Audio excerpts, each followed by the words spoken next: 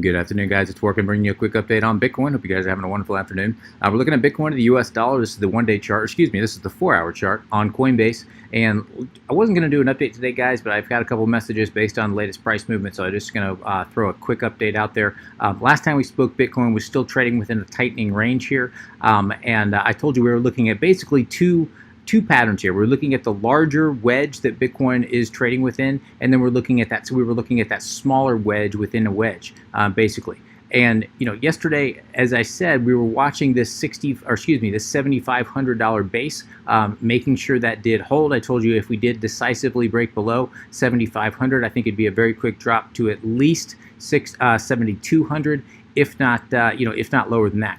So what happened? We did have this little breakdown from our tiny wedge within a wedge here, and this was, while temporarily bullish, it was, if you're a day trader or scalp trader, guys, this has been a scalp trader's paradise. We've been trading a range here, and we continue to trade that range.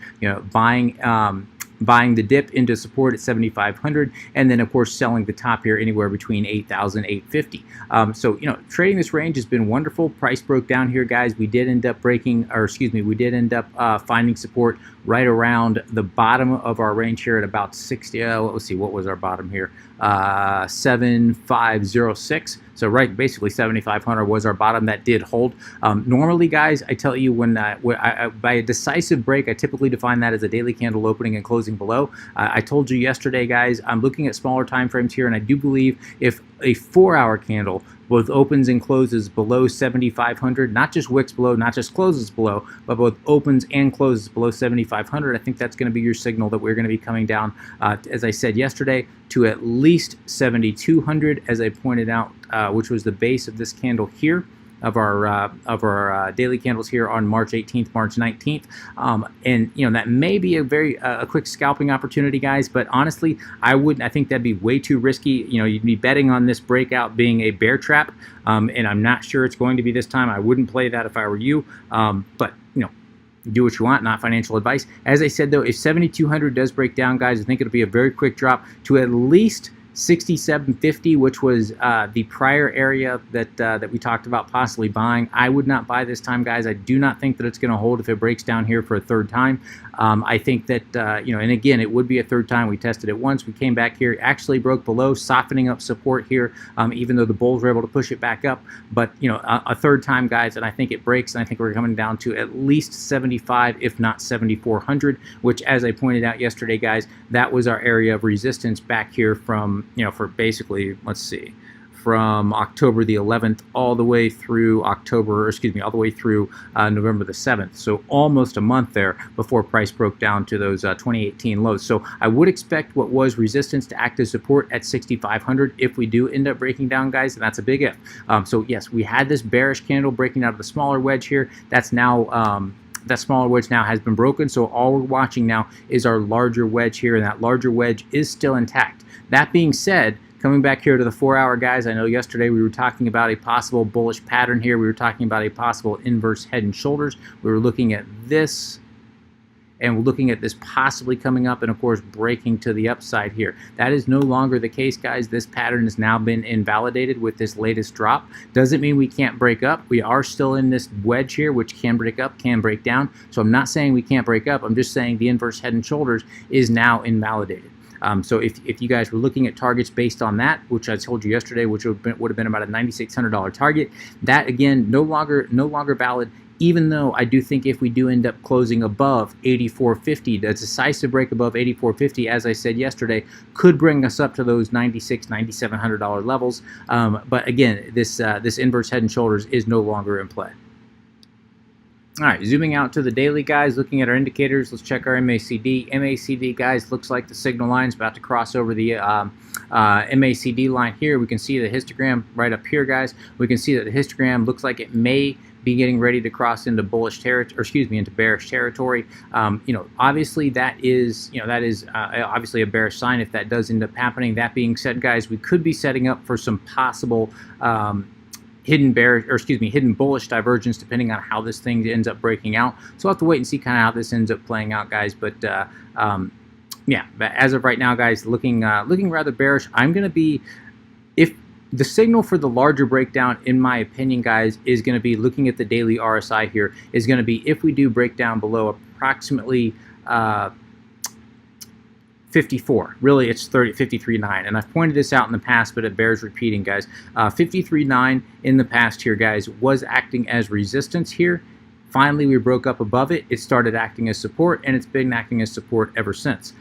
So I do think if we do break decisively below that 53.9, guys, not just pushing through it here briefly as we have here in the past, but if we start actually consolidating below, and especially if we break down below 53.9 and come back up and that 53.9 starts acting as resistance, I do think that's going to be your another sign, not the only sign, but I do think that's going to be another sign that we may possibly be in for that larger 35 to 45% correction that we're long overdue for. All right, looking at our indicators on the 4-hour chart, guys. 4-hour, again, this is looking at our MACD moving averages, Bollinger Bands, guys. Bollinger Bands, we're bottlenecking here. Anytime you see a bottlenecking Bollinger Bands like this, guys, you expect a larger move to come. Could be up, could be down, but you do expect a larger move. And anytime you see the moving averages, exponential moving averages, all starting to converge like we saw here, especially in conjunction with the tightening Bollinger Bands here, again, as I pointed out yesterday, guys, does signal a possible larger move to come here. So it doesn't look like we're done quite yet here. We'll have to wait and see. But looking at the larger time frames, looking at here on the daily chart, not quite seeing the Bollinger Bands constrict, really not really at all. On the daily chart, guys, really not much has changed. And in my opinion, it's not going to change. The momentum is still bullish until we do break decisively below the 21-day EMA. A decisive break below, again, by decisive, I mean a daily candle both opening and closing below the 21-day EMA. That again would be another sign that we're probably coming back down for that larger that larger 35 to 45% correction. Again, looking at longs and shorts, guys. Shorts, basically, they were slightly rising here. Nothing too significant. Small little drop off here in shorts. Again, nothing too significant there. Longs are dropping off here. If this does continue, if longs continue to fall off the board here, especially if price doesn't really move that much more, and longs disproportionately start to fall. In other words, people just start to get, they start to get scared out of the market here. That's going to be a sign, in my opinion, that's going to be a sign that price may end up breaking up. Now, I'm favoring the probability right now is favoring the breakdown, in my opinion, guys. But it doesn't mean that has to happen. And certainly, if longs start to liquidate here, or not necessarily liquidate, but if people just start closing their long positions here without that being in conjunction with price movement, in other words, they're not getting stopped out, they're just getting scared out of the market. Again, I can see that possibly signaling price breaking up. So monitor longs and shorts. As of right now, nothing to make any, they're not showing anything too significant, so I wouldn't base my decisions on longs and shorts at all at the moment, but keep an eye on it, because again, if longs continue to fall, and especially if that is in conjunction with shorts rising, with basically price remaining flat, that's going to be your signal that price is going to end up breaking up. Now, the opposite is also true. If longs turn around here and start to stack while shorts fall off the board here, again, that's going to be your signal that price may end up breaking down. As of right now, that we just don't have enough information, longs and shorts are pretty much irrelevant right now. Zooming out on the weekly chart, guys, I know I've shown you this before, but it bears repeating. We can see, again, we're huddled up major resistance here at 8450, 8450. And of course, breaking above 8450 is going to be extremely critical, in my opinion, guys. This is really the, I know taking out this prior, this was obviously critical, taking out the $6,000 area. Really it was more of a range, but let's just call it 6,000. Of course, that was extremely significant. I do believe that basically was our signal that that even though we may have a temporary significant breakdown, I do believe that was your signal that the bull run has begun. I do believe that the last nail has not yet been hammered into the bear's coffin until we do break above 8450. Why do I say that? As I pointed out a couple videos ago, if I come out here to the monthly chart, guys, I say it for numerous reasons. Looking at the monthly chart, that was on the monthly, this was basically our last swing high before we broke down to our low of 3150. Of course, so right there, 8450, that was really our last swing high. And the other swing high on the lower time frames were not, the higher the time frame, guys, the more significant. So the lower time frames, you don't don't even really see them. This was all just a breakdown from our 84.50 swing high on the monthly chart here, all the way down. So this is coming back around here, guys. Yes, you could label this as a possible double top here, and if we get a more significant breakdown here, that would certainly make sense where it is. But even if we do get that more significant breakdown, that 35-45% correction, guys, I do still think that until we do break below 5,000, I'm still bullish overall. I still will believe that the bottom is in and the bull run has begun, but we do need to take out, to solidify this bull run, guys, we have to take out 84.50. Now, it's not just because of this prior swing high here, as I showed you guys in the past here. I showed you that, trying to figure out where bots are trading, you look at all sorts of things, guys, and if I come over here to we're currently hitting our prior swing high here at 84.50. So if I come to the prior one behind that, and I start pulling fibs to kind of see where bots are pulling their highs from, we can see that, let me get right on the tick there. At that 83.2, we can see that this overlaps perfectly. The 84.50 overlaps perfectly with the next fib level. We broke above this the 618, which was significant. The next fib level was the 786, and we can see that it's overlapping almost perfectly there with the 786. So of course, this certainly makes sense that this is that this is acting as a rather strong resistance at 84.50, and it certainly would make sense if we break above it that that would be a very, very significant break above. And it's not just for those reasons. And I know I'm repeating myself, guys, but I keep getting all these questions, and I know some people, you're not watching all my videos, so I just quickly want to run through my rationale for all this in case people had missed it on the prior video. So if I come back out here, guys, and we throw on log scale, and we go all the way back to 2012, what do we see? We can see that we had a trend line that was acting as major support, basically from the end of 2012 all the way until we did finally break down here, down below 6,000. Why is that significant? It's significant because if we look at price here, we can see that price came up and hit literally what was support, now is acting as resistance. So that trend line is now acting as resistance. So why am I pointing it out? I'm pointing it out because this trend line is another trend line, in my opinion, that needs to get broken above. Now this is going to continue to go up here, obviously, with time. So I'm not putting quite as much weight as the 84.50, but nonetheless, it is significant and it is worth pointing out.